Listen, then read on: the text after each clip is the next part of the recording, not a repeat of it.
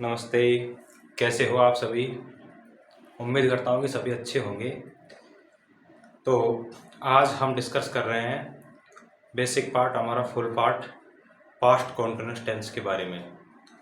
तो past continuous tense को पढ़ने से पहले, इससे पहले जो हमने आपको बताया था वो था पास्ट इंडेफिनिट, लेकिन उसका हमने सिर्फ एक ही एग्जाम्पल करवाया था और काफ़ी बच्चों को थोड़ी समस्या का भी सामना करना पड़ा था कि आखिर पास्ट इंडेफिनिट में ऐसा क्या था। तो देखो, पास्ट इंडेफिनिट का बिल्कुल बेसिक तो आपने पढ़ ही लिया, सूत्र किस प्रकार से अफर्मेटिव, नेगेटिव, इंटरोगेटिव।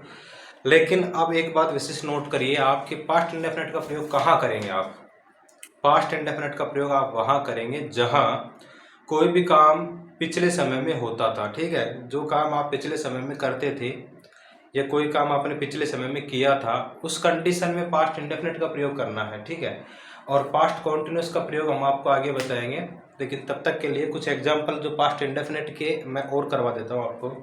जैसे मान लो एग्जाम्पल है, पास्ट इंडेफिनिट में आ गया है अभी अभी मैं यहाँ पे पास्ट इंडेफिनिट का करवा रहा हूँ आपको, पास्ट इंडेफिनिट। ठीक है, तो मैंने, मान लो मैंने लिखा एक वाक्य, मैंने एक पत्र लिखा। इसको आप ऐसे बोल सकते हैं, लिखा था, मैंने एक पत्र लिखा था, या फिर मैंने एक पत्र लिखा। ठीक है, तो इसको कैसे बनाएंगे? देखो, पहले इसमें सब्जेक्ट ढूंढना है आपको। तो सब्जेक्ट क्या है इसमें? मैंने, यानी मैं की क्या होती है? आई। ठीक है, अब वर्ब की अफर्मेटिव में सेकंड फॉर्म का प्रयोग करते हैं। ठीक है, मैंने सूत्र आपको लिखाया था कि वर्ब की सेकंड फॉर्म का ही प्रयोग करना है पास्ट इंडेफिनिट के अफर्मेटिव में। तो राइट की सेकंड फॉर्म क्या हो जाती है? रोट। आई रोट, क्या लिखा? एक पत्र। तो एक पत्र की हो गई ए लेटर। अब मेरे भाई जरा आप एक बात बताइए कि जब इसको आप नेगेटिव बनाएंगे, तो मैंने दूसरा फॉर्मूला नेगेटिव वाला आपको बताया था कि सब्जेक्ट के बाद डिड लगा करके नोट लगाइए। सब्जेक्ट के बाद डिड लगा करके नोट लगाइए। तो सब्जेक्ट, डिड, नोट, फिर वर्ब की कौन सी फॉर्म? First form. उसके बाद क्या आ जाएगा? ऑब्जेक्ट। तो अभी देखिए, आप इसको नेगेटिव बनाएंगे तो पहले क्या आ गया? आई, और आई के बाद क्या लगा देंगे आप? डिड, और डिड के बाद क्या लगा देंगे? Not. I did not, verb की फर्स्ट फॉर्म क्या हो जाएगी? राइट। ठीक है भाई, रोट तो सेकंड फॉर्म है, रिटर्न इसकी थर्ड फॉर्म है, तो हमको यहाँ पे सेकंड फॉर्म लेनी थी पास्ट इंडेफिनिट के अफर्मेटिव में। तो अभी नेगेटिव में डिड नॉट के बाद वर्ब की फर्स्ट फॉर्म, तो फर्स्ट फॉर्म क्या होगी आपकी? Write. I did not write a letter. तो ये इस प्रकार से आपका अफर्मेटिव और नेगेटिव। अब इंटरोगेटिव बनाएंगे तो did I write a letter, क्या मैंने एक पत्र लिखा था? क्या मैंने एक पत्र लिखा? अब इसी प्रकार से जैसे मान लो मैंने लिखा राम फुटबॉल खेलता था, तो आप बना देंगे राम प्लेड फुटबॉल। राम मंदिर जा गया, या फिर राम मंदिर जाता था। राम वेंट टू टेम्पल, नहीं जाता था। Ram did not go to temple. यहाँ पे गो क्यों आया? गो इसलिए आया क्योंकि यहाँ पे डिड नॉट के बाद मैन वर्ब की कौन सी फॉर्म लेनी थी हमको? First form. तो अभी कोई डाउट नहीं होना चाहिए, ऐसा कोई भी काम जो हम पिछले समय में करते थे, कोई काम हम पिछले समय में करते थे, उस कंडीशन में पास्ट इंडेफिनिट का प्रयोग करना है। तो अभी हमारा बेसिक पास्ट इंडेफिनिट क्लियर हो गया। अब हम पढ़ रहे हैं पास्ट कॉन्टिन्यूअस पे। टेंशन लेने की कोई आवश्यकता है नहीं आपको, बारीकी से सारी चीज़ों को हम समझेंगे और आगे आपको क्लियर करवाते जाएंगे हर डाउट। तो कोई दिक्कत नहीं है। काम पे विशेष देखिए कि ऐसा कोई भी काम जो पिछले समय में हम करते थे उसमें पास्ट इंडेफिनिट का प्रयोग करना है। 3 प्रकार के सूत्र हमने दिए, अफर्मेटिव, नेगेटिव और इंटरोगेटिव। स्ट्रक्चर दे दिए हमने, आप वाक्य बना सकते हैं। फर्स्ट वाले में सब्जेक्ट के बाद वर्ब की सेकंड फॉर्म, और सेकंड वाले में क्या होता है? नेगेटिव वाले में डिड नॉट के बाद वर्ब की फर्स्ट फॉर्म, और इंटरोगेटिव में आपको डिड के बाद सब्जेक्ट लगा करके वर्ब की फर्स्ट फॉर्म और ऑब्जेक्ट लिखना पड़ता है। इस प्रकार से आप वाक्य कोई भी बना सकते हैं। अब हम फाइनली बात करते हैं पास्ट कॉन्टिन्यूअस टेंस पे। पास्ट कॉन्टिन्यूअस टेंस पे भी आप ध्यान से फोकस करिए, ध्यान से सुनिए। ऐसे कोई काम जो पिछले समय में हमारे लगातार हो रहे थे, ठीक है, ऐसे कोई भी काम जो हम पिछले समय में कंटिन्यू कर रहे थे, उस कंडीशन में हमको पास्ट कॉन्टिन्यूअस टेंस का प्रयोग करना है। उस कंडीशन में किस टेंस का प्रयोग करना है भाई? Past continuous. तो पास्ट कॉन्टिन्यूअस के 3 स्ट्रक्चर पहले ध्यान से सुनिए।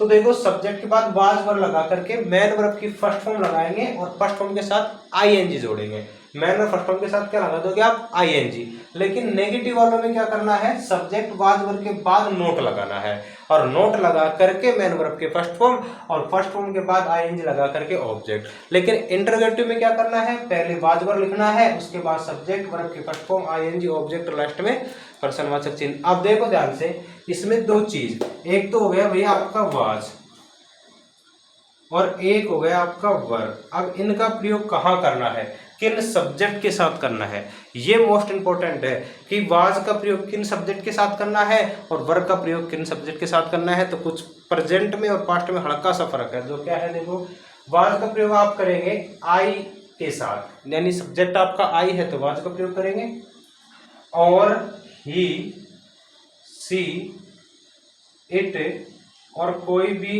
एक नाम, यानी आई के साथ वाज का प्रयोग, ही के साथ वाज का प्रयोग, सी के साथ वाज का प्रयोग और इट के साथ वाज का प्रयोग, और कोई भी एक नाम होगा तो उस कंडीशन में भी हम वाज का ही प्रयोग करते हैं। लेकिन वर्ब का प्रयोग वर्ब का प्रयोग करते हैं वी के साथ, यू के साथ, दे के साथ और कोई भी दो या दो से ज्यादा नाम, यानी हमारा सब्जेक्ट यदि प्लूरल है तो हम किसका प्रयोग करते हैं, हम प्रयोग करते हैं वर्ब का, और सिंगुलर है तो किसका प्रयोग करते हैं, हम वाज का। लेकिन यहाँ आई को हम पास्ट इंडेफिनिट में क्या, वो पास्ट कॉन्टिन्यूस में क्या मान लेते हैं भाई, हम इसको मान लेते हैं सिंगुलर, इसलिए आई के साथ किसका प्रयोग करते हैं, वाज का प्रयोग करते हैं। अब आइए सीधा इनके एग्जाम्पल पे आते हैं, और एग्जाम्पल देखिए किस प्रकार से होते हैं। देखो मैं बताता हूँ आपको, इसको मैं थोड़ा सा साफ कर देता हूँ। अब देखिए मैंने एग्जाम्पल लिखा, मैं पानी पी रहा था। आप मुझे बताओ, काम पिछले समय में लगातार हो रहा था नहीं हो रहा था, इस बात के देख के हमको पता लगा नहीं लगा भाई, काम जो था हमारा पिछले समय में क्या हो रहा था, लगातार हो रहा था, तो कोई दिक्कत नहीं है। इसको देखो बनाते हैं, तो बनाने के लिए क्या करेंगे, सबसे पहले इसमें सब्जेक्ट देखो, सब्जेक्ट क्या है, आई, तो सब्जेक्ट क्या लगा दिया, आई। अब मैंने क्या कहा था, आई के साथ वाज का प्रयोग, तो आई के साथ क्या लगा दिया आपने, वाज, ठीक है, आई वाज। अब वर्ब की फर्स्ट फॉर्म क्या है, ड्रिंक, DRINK, ड्रिंक। अब इसके साथ क्या जोड़ना है, ING, ड्रिंकिंग, और फिर क्या आ जाएगा, पानी, पानी की क्या हो गई, वाटर, ठीक है भाई। अब जैसे मान लो मुझे इसको नेगेटिव बनाना है, तो नेगेटिव क्या बनेगा, मैं पानी नहीं पी रहा था, मैं पानी नहीं पी रहा था, तो आई वाज के बाद क्या लगा देंगे, नॉट, ठीक है, I was not drinking water. क्या मैं पानी पी रहा था, क्या मैं पानी पी रहा था, तो पहले क्या आ जाएगा, वाज, क्या लगा दोगे आप, वाज। वाज के बाद क्या लगाएंगे, सब्जेक्ट, सब्जेक्ट क्या है, देखो भाई आई, वाज आई। उसके बाद वर्ब की फर्स्ट फॉर्म क्या है, ड्रिंक, DRINK। अब इसके साथ ING, ड्रिंकिंग, और फिर क्या आ जाएगा, वाटर, और लास्ट में क्या आ जाएगा, ये वाला चिन्ह। आप देखो आगे, जैसे मान लो मैं फुटबॉल खेल रहा था, मैं मंदिर जा रहा था, मैं स्कूल जा रहा था, मैं पढ़ रहा था, मैं पुस्तक पढ़ रहा था, मैं एक पत्र लिख रहा था, ये सारे वाक्य आप बना सकते हैं। आपको मैन वर्ब के फर्स्ट फॉर्म में ING लगाने की आवश्यकता है, वाज और वर्ब किस सब्जेक्ट के साथ हमको लगाना है, ये हमको ध्यान रखना है। लेकिन ध्यान से सुनिए कि इस टेंस का प्रयोग कहाँ करना है, ऐसा कोई भी काम, कहाँ है ध्यान तुम्हारा, ऐसा कोई भी काम जो पिछले समय में हमारा लगातार चल रहा था, उस कंडीशन में पास्ट कंटिन्यूअस टेंस का प्रयोग करते हैं। तो अभी देखिए, मैं पानी पी रहा था, आई वॉज ड्रिंकिंग वाटर, मैं पानी नहीं पी रहा था, I was not drinking water. क्या मैं पानी पी रहा था, वॉज आई ड्रिंकिंग वाटर। लेकिन तुम पानी पी रहे थे, यू वर, ध्यान से सुनो भाई, यू वर ड्रिंकिंग वाटर, ठीक है। इसी प्रकार से सीता गाना गा रही थी, Sita was singing a song, Sita एक गाना गा रही थी, Sita was singing a song. Sita एक गाना नहीं गा रही थी, Sita was not singing a song. क्या सीता एक गाना गा रही थी, was Sita singing a song, ठीक है। इसी प्रकार से वे फुटबॉल खेल रहे थे, they were playing football, they were playing football. वे फुटबॉल नहीं खेल रहे थे, they were not playing football. क्या वे फुटबॉल खेल रहे थे, वर दे प्लेइंग फुटबॉल। तो इस प्रकार से आप लाखों वाक्य बना सकते हैं। आपको मैन और फर्स्ट फॉर्म में आईएनजी लगाने की आवश्यकता है। नेगेटिव वाक्यों में वाज वर्ग के बाद आप नोट लगा देंगे और इंटरोगेटिव में वाज वर्ग को पहले निकाल देंगे। ध्यान यही रखना है, पास्ट कॉन्टिन्यूअस टेंस का प्रयोग वहां करना है। कोई भी काम पिछले समय में हमारा जारी था। मैं खाना खा रहा था, आई वॉज ईटिंग फूड। हम खाना खा रहे थे, वी वर ईटिंग फूड। वे खाना खा रहे थे, दे वर ईटिंग फूड।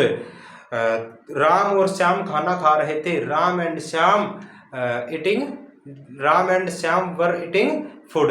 नहीं के लिए वाज और वर के बाद हम नोट लगा देंगे और इंटरोगेटिव वाक्य में ध्यान रखना वाज या वर को आगे लगा देंगे। अकॉर्डिंग टू सब्जेक्ट वाज और वर का हम चुनाव कर लेंगे और इसी प्रकार से हम पास्ट कॉन्टिन्यूअस के हर प्रकार के वाक्यों को हम बना सकते हैं। लेकिन मैं फिर बता रहा हूं, ऐसा काम जो पिछले समय में जारी था उस कंडीशन में पास्ट कॉन्टिन्यूअस टेंस का प्रयोग करते हैं। तो ठीक है, मिलते हैं नेक्स्ट वीडियो में। तो नेक्स्ट जो क्लास हमारी रहेगी वो हम पास्ट परफेक्ट पे रखेंगे। तो जल्दी से इनको आप नोट्स बनाइए, लिखिए और याद करते रहिए। याद में क्या है, सिर्फ ये देखना है कि किस स्ट्रक्चर से किस प्रकार के वाक्य हम बनाते हैं। और ये बिल्कुल बेसिक क्लास है। बेसिक का मतलब होता है कि आप बिल्कुल भी इंग्लिश नहीं जानते तो थोड़ा थोड़ा समझ करके इंग्लिश को बोलना सीख जाओगे और इंग्लिश को समझना सीख जाएंगे। और फिर जब हम एडवांस की क्लास चलाएंगे तो आपके पूरे डाउट के पास्ट में कौन से वाक्य आते हैं, इंडेफिनिट में, कॉन्टिन्यूअस, परफेक्ट, परफेक्ट कॉन्टिन्यूअस में, इनका कहाँ कहाँ प्रयोग करते हैं, प्रेजेंट इंडेफिनिट का कहाँ कहाँ प्रयोग करते हैं ये सब के सब एडवांस क्लास में। ये थे आपके बिल्कुल बेसिक। तो डोंट वरी, नो प्रॉब्लम, हम आपके साथ हैं। वीडियो को आप बार बार देखिए और स्किप मत करिए, वीडियो को देखिए, कंप्लीट पूरा वीडियो देखिए और नोट्स बनाते जाइए। आपको जल्द ही अंग्रेजी में बहुत अच्छी स्किल प्राप्त होगी, आप अच्छा सीख पाएंगे। तो चिंता की कोई दिक्कत नहीं है, कंटिन्यूसली आपको वीडियो मिलते रहेंगे। तब तक के लिए कोई दिक्कत नहीं है। आप वीडियो को दूसरों को भी शेयर कीजिए, सबको फटाइए और आप भी नोट्स बनाते रहिए। वीडियो को लाइक करो, चैनल को सब्सक्राइब करो, कोई दिक्कत नहीं है। ठीक है, थैंक यू।